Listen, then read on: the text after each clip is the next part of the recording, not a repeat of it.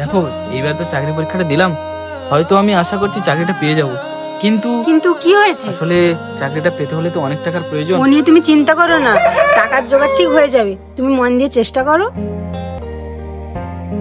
কি করি বলো। দাঁড়া ওইখানে।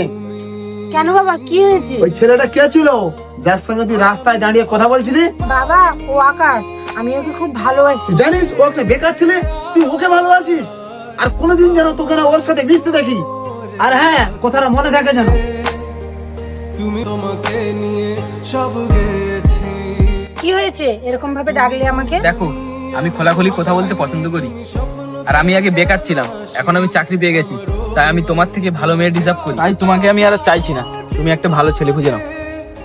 তাহলে এটাই তোমার ইচ্ছে? হ্যাঁ, অবভিয়াসলি। ঠিক আছে, তাহলে তাই হোক। এই রে, আমি মনে একটু বেশি আর কি মেরে ফেললাম।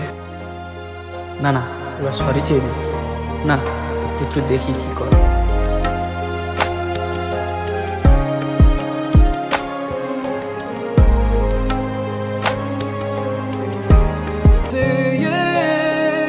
আকাশের পানে আমাকে সরি চেয়ে দিই, বেচারা কষ্ট পাবে। কখন যদি